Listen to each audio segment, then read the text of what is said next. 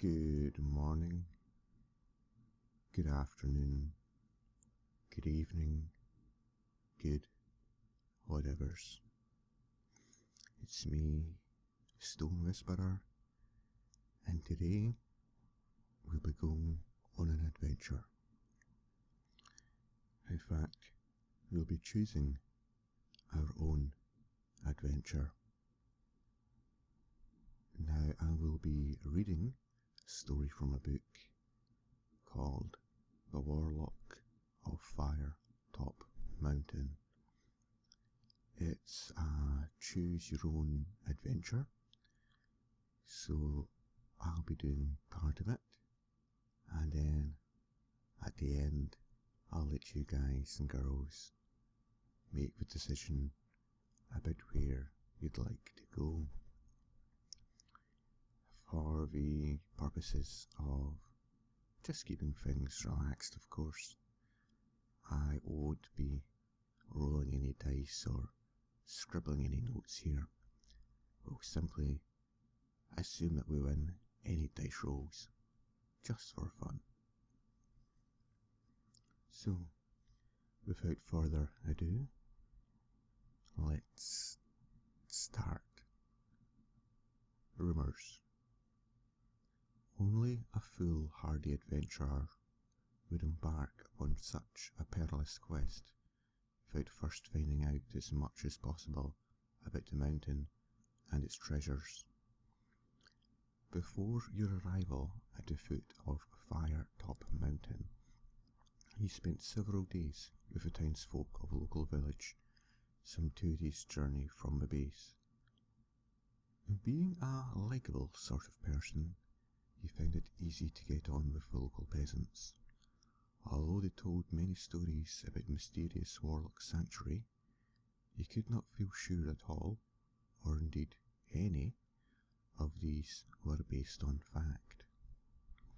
The villagers had seen many adventurers pass through on their way to the mountain, but very few ever returned. The journey ahead was extremely dangerous, that you knew for certain. Of those who returned to the village, none contemplated going back to Firetop Mountain. There seemed to be some truth in the rumour that the Warlock's treasure was stored in a magnificent chest with 2 locks, and the keys to these locks were guarded by various creatures within the dungeons. The Warlock himself was a sorcerer of great power. Some described him as old, others as young. Some said his power came from an enchanted deck of cards, others from the silky black gloves that he wore. The entrance to the mountains was guarded by a pack of warty-faced goblins, stupid creatures fond of their food and drink. Towards the inner chambers, the creatures became more fearsome. To reach the inner chambers, you would have to cross a river. The ferry service is regular, but the ferrymen enjoyed a good barter, so they should save a gold piece for the trip.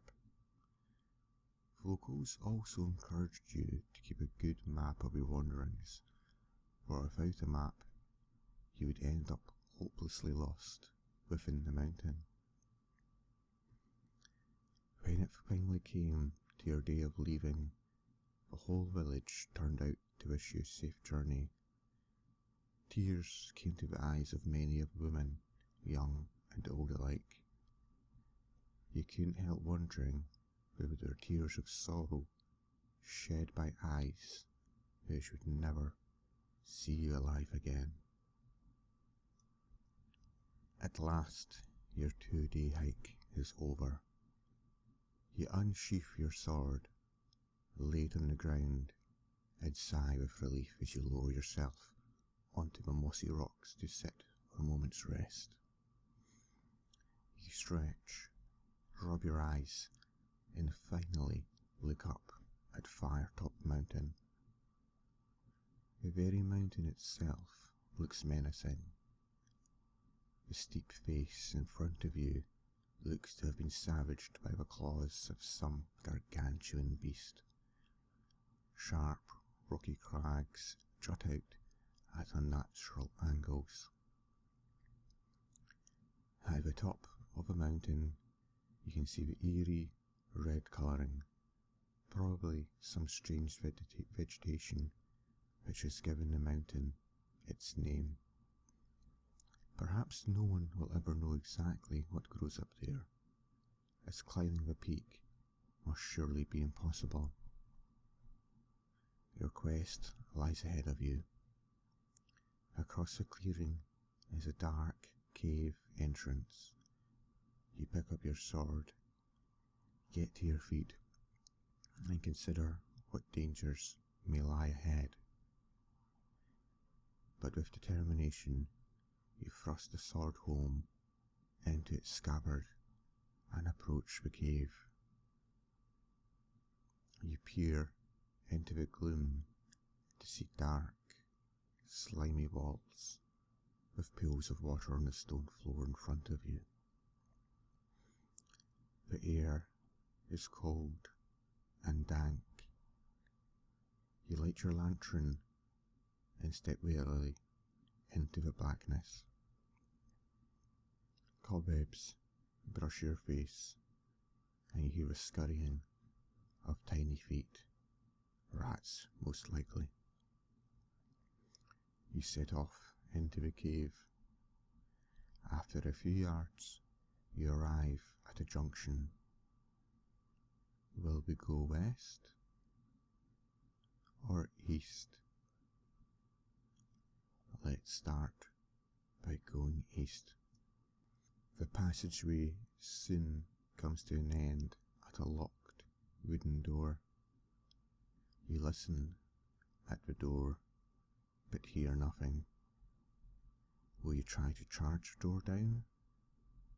Or would you rather turn around and go back to the junction? Well, I don't want to make too much noise, so I think let's head back to the junction. You arrive back at the junction in the passage. You look left to see the cave entrance in the dim distance, but walk straight on.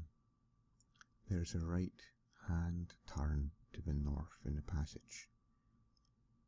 Cautiously, you approach a sentry post on the corner, and as you look in, you see a strange, goblin-like creature in leather armour asleep at his post. We could try to tiptoe past him if he does not wake up and remains snoring. If you are unlucky with this, you step with a crunch on some loose ground and his eyes flick open. Well, let's be lucky this time. So let's sneak past the goblin. To your left, on the west face of the passage, there's a rough, cut wooden door. You listen at the door and can hear a rasping sound, which may be some sort of creature snoring. Do we want to open the door, or do we want to press on northwards? Again, I am not keen about disturbing anything, so let's just keep on moving.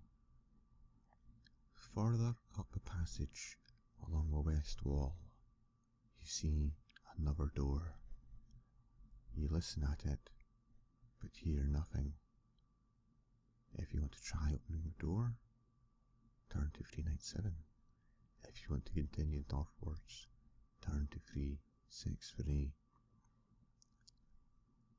Let's have a peek in that door and see what we can find. The door opens to reveal a small room with a stone floor and dirty walls. There is a stale smell in the air. In the centre of the room is a makeshift wooden table on which is standing a lit candle. Under the table is a small box. In a far corner of the room is a straw mattress. We can either open the box or leave the room. I'm intrigued by this box, so let's quietly open it. The box is light, but something rattles within. You open the lid, and a small snake darts out to bite at your wrist. You dispose of the snake and carry on. The box has fallen to the ground during your fight with the snake, and out of it has fallen a bronze-coloured key with the number 99 carved into it. You may take this key and leave the room. So maybe we found the first key. Further up the passage on the west wall, you see another similar door. You listen at the door and grimace to the worst singing you have ever heard in your life.